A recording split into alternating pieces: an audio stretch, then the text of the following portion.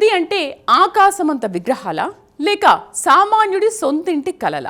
మూసీ ప్రవాహంలో ఇప్పుడు నీళ్లు కాదు, రాజకీయ సెగలు ప్రవహిస్తున్నాయి. ఒకవైపు ప్రపంచంలోనే ఎత్తైన బాపూజీ విగ్రహం, మరోవైపు తమ గూడు చెదిరిపోతుందన్న పేదల ఆక్రందన. సాక్షాత్తు గాంధీ వారసుడే ఈ ప్రాజెక్టును తప్పుపడుతుంటే ప్రభుత్వం ఎందుకు పంతానికి పోతోంది? ఇది పర్యాటక విప్లవమా లేక రాజకీయ ఆధిపత్య పోరాటమా? విగ్రహాల చుట్టూ వలిన ఈ ప్రతి వ్యూహాలేంటో ఈ కథనంలో చూద్దాం.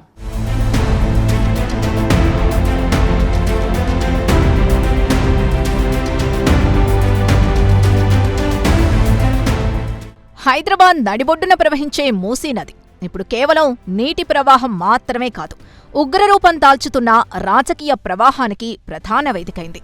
తెలంగాణ ప్రభుత్వం అత్యంత ప్రతిష్టాత్మకంగా చేపట్టిన Musi river front development project చుట్టూ ఇప్పుడు వివాదాల ముసురు కమ్ముకుంది. పర్యాటకం పేరుతో ప్రభుత్వం వేస్తున్న అడుగులు నిర్వాసితుల కన్నీళ్లతో తడిసిపోతున్నాయి.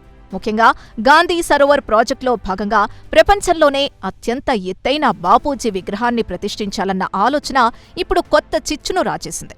ఈ విగ్రహ రాజకీయం రాష్ట్రంలో సరికొత్త చర్చకు దారితీసింది.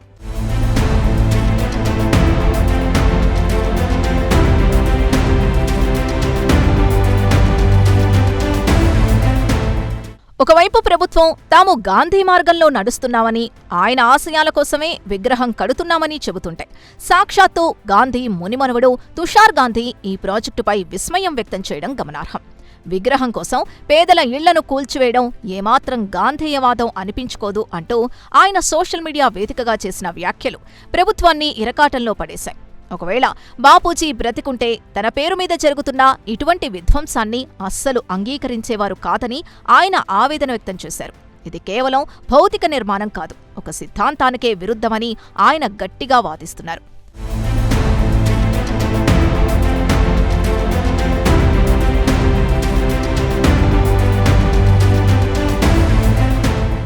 మూసీ, ఈసీ నదుల సంగమ ప్రాంతం ఒక చారిత్రక వారసత్వం. అక్కడ బాపు ఘాట్ వద్ద భారీ విగ్రహం ఏర్పాటు చేయడం ద్వారా పర్యాటక రంగంలో తెలంగాణను అగ్రస్థానంలో నిలపాలని ప్రభుత్వం బృహత్తర ప్రణాళికలు సిద్ధం చేసింది. కానీ ఆ విగ్రహం కింద వేలాది కుటుంబాల ఆక్రందనలు, నిస్సహాయత దాగి ఉన్నాయన్నది కాదనలేని చేదు నిజం. అభివృద్ధి ఫలాలు సమాజంలోని చివరి వ్యక్తికి అందాలి, కానీ అమాయక ప్రజల ఇళ్లను నేలమట్టం చేస్తూ నిర్మించే విగ్రహం ఆ మహనీయుడి ఆత్మకు నిజంగా శాంతినిస్తుందా? ప్రజల ప్రాథమిక హక్కుల్ని హరిస్తూ కట్టే ఈ కట్టడాల వెనుక ఉన్న వాస్తవ ఉద్దేశం పర్యాటకమా లేక కేవలం రాజకీయ ఆధిపత్యమా అన్నది ఇక్కడ ప్రధానంగా వినిపిస్తున్న ప్రశ్న.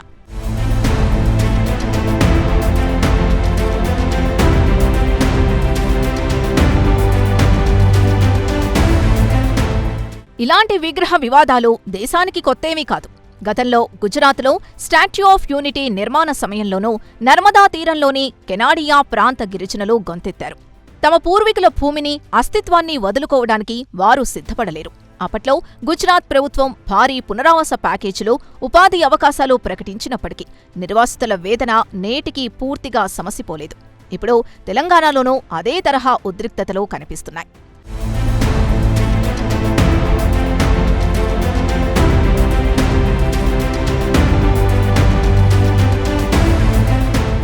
కాంగ్రెస్ ప్రభుత్వం మాత్రం ఈ ప్రాజెక్ట్ని అత్యంత ప్రతిష్టాత్మకంగా తీసుకుంది. మూసీ ప్రక్షాళనతో పాటు గాంధీ విగ్రహ ఏర్పాటు వల్ల అంతర్జాతీయ స్థాయిలో హైదరాబాద్కు కొత్త గుర్తింపొస్తుందని వారు బలంగా వాదిస్తున్నారు. పర్యాటక రంగం అభివృద్ధి చెందితే వేలాది మంది యువతకు ఉపాధి లభిస్తుందని, ఇది రాష్ట్ర భవిష్యత్తుకు, ఆర్థిక వ్యవస్థకు కీలకమని నొక్కి చెబుతున్నారు. ప్రతిపక్షాలు కావాలనే ప్రజల్ని రెచ్చగొడుతూ ఈ ప్రాజెక్ట్ని అడ్డుకుంటున్నాయని, వారు అభివృద్ధి నిరోధక శక్తులుగా మారుతున్నారని కాంగ్రెస్ నేతలు మండిపడుతున్నారు. మహనీయుల విగ్రహాలు రాష్ట్రానికి గర్వకారణమని, వీటిని రాజకీయం చేయడం తగదని వారు సమర్థించుకుంటున్నారు. ప్రతి అడుగులోనూ ప్రజల శ్రేయస్సును చూస్తున్నామని వారు భరోసా ఇస్తున్నారు.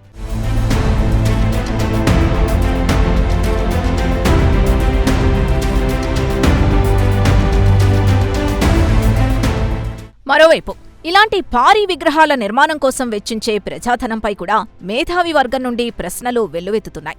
రాష్ట్రం అప్పుల ఊబిలో ఉన్నప్పుడు వందల కోట్ల రూపాయలు కేవలం విగ్రహాల కోసం ఖర్చు చేయడం ఎంతవరకు సమంజసమనే వాదన వినిపిస్తోంది. ఒకవైపు సంక్షేమ పథకాలకు నిధుల కొరత వెంటాడుతుంటే, మరోవైపు ఇలా ఆడంబరాలకు పెద్దపీట వేయడం ప్రభుత్వ ప్రాధాన్యతల్ని శంకిస్తోంది. పర్యాటక రంగం ద్వారా ఆదాయం వస్తుందన్నది నిజమే అయినా ఆ ఆదాయం సామాన్యుడి కడుపు నింపుతుందా లేక కేవలం కాంట్రాక్టర్ల జేబులు నింపుతుందా అన్నది తేలాల్సిందే.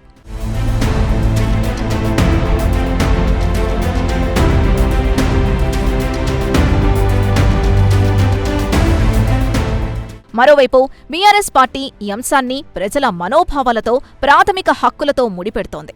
విగ్రహాలకు మేము ఎప్పుడూ వ్యతిరేకం కాదు, కానీ పేదల ఇళ్ల కూల్చివేతకే మా ప్రధాన అభ్యంతరమని ఆ పార్టీ స్పష్టం చేస్తోంది. వేలాది మందిని నిరాశ్రయుల్ని చేస్తూ కట్టే విగ్రహం కంటే వారికి సురక్షితమైన నీడను కల్పించడమే నిజమైన ప్రజాస్వామ్యం అని డిమాండ్ చేస్తోంది. రాజకీయ లబ్ధి కోసమే కాంగ్రెస్ ఇలాంటి మొండి నిర్ణయాలు తీసుకుంటోందని, బాధితుల పక్షాన తాము పోరాటం చేస్తామని హెచ్చరిస్తోంది. ప్రజల ఆశీస్సులు లేని ఏ ప్రాజెక్టు కూడా విజయవంతం కాదని వారు గట్టిగా చెబుతున్నారు.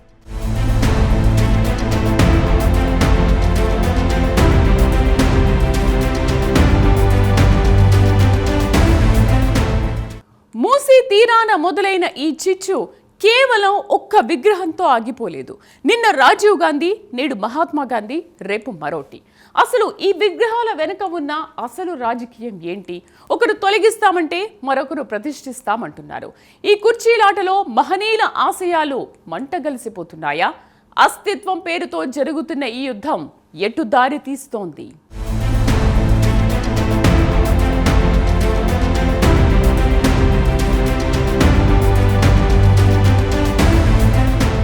తెలంగాణలో వివాదం కేవలం గాంధీ విగ్రహంతోనే ఆగలేదు.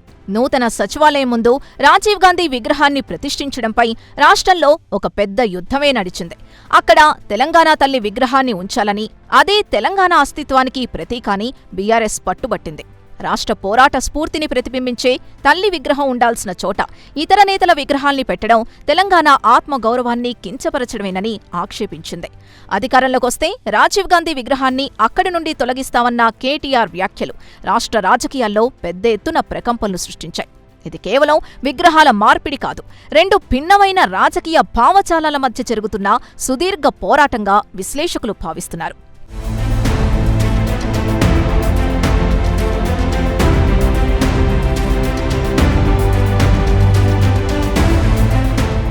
ఈ విగ్రహాల లొల్లిలో ఎమ్మెల్సీ కవిత కొత్త వాదనను తెరపైకి తెచ్చారు. తెలంగాణ ఉద్యమ సిద్ధాంతకర్త ప్రొఫెసర్ జయశంకర్ వంటి మహనీయులకు దక్కాల్సిన సముచిత గౌరవం దక్కడం లేదని ఆమె ఆవేదన వ్యక్తం చేశారు.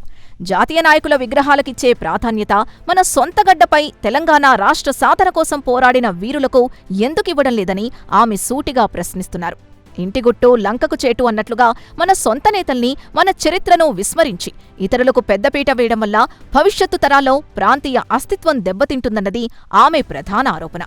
జయశంకర్ విగ్రహానికి ప్రాధాన్యత ఇవ్వాలని, ఆయన స్ఫూర్తిని చాటాలని ఆమె ప్రభుత్వంపై ఒత్తిడి తెస్తున్నారు.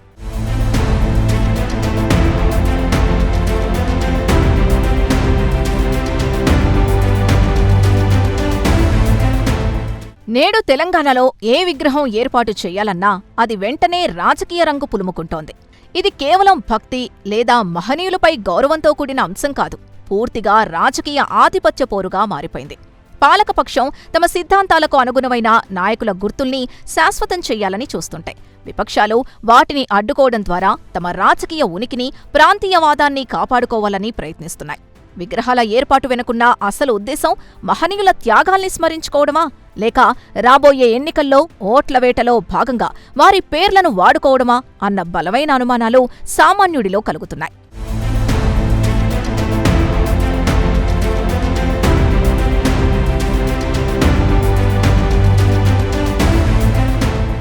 రాజకీయ నాయకుల విమర్శలు, ప్రతివిమర్శలు, సవాళ్ల మధ్య నలిగిపోతోంది మాత్రం సామాన్య మధ్యతరగతి ప్రజలే. ఒకవైపు కష్టపడి కట్టుకున్న సొంతింటిని కాపాడుకోవాలన్న ఆరాటం, మరోవైపు ప్రభుత్వంపై ఉన్న భయం వారిని ఉక్కిరిబిక్కిరి చేస్తున్నాయి. అభివృద్ధి అంటే కేవలం కాంక్రీట్ కట్టడాలు, భారీ విగ్రహాలు కాదు. సామాన్యుడికి అందే నాణ్యమైన ఉచిత విద్య, మెరుగైన వైద్యం, సురక్షితమైన నివాసం. విగ్రహాల కోసం కోట్లాది రూపాయల ప్రజాధనాన్ని ఖర్చు చేయడంపై కూడా సామాజిక కార్యకర్తలు అభ్యంతరాలు వ్యక్తం చేస్తున్నారు. ఆ నిధులతో పేదల బతుకులు మార్చవచ్చు కదా అన్న తార్కిక ప్రశ్న వినపడుతోంది.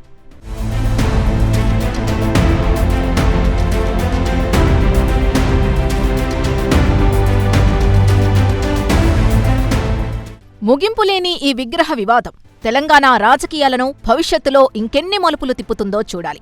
గాంధీ మునిమనవడు తుషార్ గాంధీ చేసిన హెచ్చరికల్ని, విన్నపాలని ప్రభుత్వం సానుకూలంగా పరిగణలోకి తీసుకుంటుందా? లేక తన పంతం నెగ్గించుకోవడమే లక్ష్యంగా ముందుకు సాగుతుందా? అభివృద్ధికి, మానవీయతకు మధ్య ఉన్న సన్నని గీతను పాలకులు ఎప్పుడు గుర్తిస్తారు? విగ్రహాల చుట్టూ అల్లిన ఈ రాజకీయ వల చివరకు ఎవరికి లబ్ధి చేకూరుస్తుందో కాలమే నిర్ణయించాలి. కానీ ఏ మహనీయుడైనా కోరుకునేది ప్రజల సుఖశాంతుల్ని మాత్రమే. తన విగ్రహం కోసం అమాయకుల కన్నీళ్లను, వారి ఆక్రందనల్ని ఏ మహనీయుడు కూడా హర్షించడన్నది పాలకులకు తెలిసినా తెలియని విషయమే.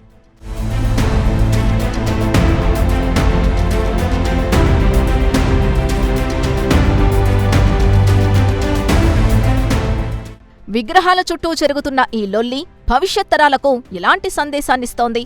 విగ్రహాలను తొలగిస్తామన్న సవాళ్లు, తమ నేతలే గొప్పవారన్న అహంకారాలు రాజకీయాల్లో సహనం నశిస్తున్న తీరుకు అద్దం పడుతున్నాయి.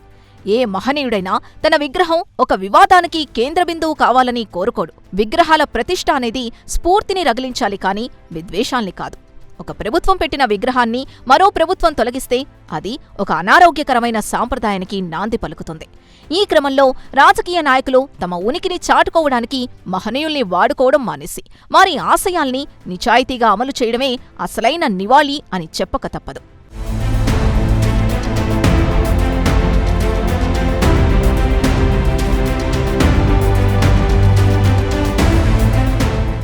ఏదేమైనా తెలంగాణలో ప్రస్తుతం నెలకొన్న విగ్రహాల రాజకీయం ఒక విషమ పరిస్థితికి దారితీసింది. ప్రభుత్వం తన పట్టుదల వీడి క్షేత్రస్థాయిలో ఉన్న సామాన్య ప్రజలతో చర్చలు జరపాలి. ఒకవేళ పర్యాటక అభివృద్ధి కోసం విగ్రహం ఏర్పాటు చెయ్యాలి అనుకుంటే ఎవరికీ అన్యాయం జరగకుండా అందరికీ ఆమోదయోగ్యమైన మెరుగైన పునరావాసం కల్పించి ముందుకు సాగాలి. మహనీయుల గౌరవం పెరగాలి అంటే వారు బోధించిన శాంతి, అహింస, పేదల సేవ వంటి సిద్ధాంతాల్ని ఆచరణలో పెట్టాలి. కేవలం కంచు విగ్రహాలతో వారి స్ఫూర్తిని చాటలేం. ప్రజల ఆమోదం లేని ఏ అభివృద్ధైనా అది పునాదులు లేని భవనంలాంటిదే అవుతుంది. ప్రజాస్వామ్యంలో ప్రజల మాటే పరమావధి కావాలి.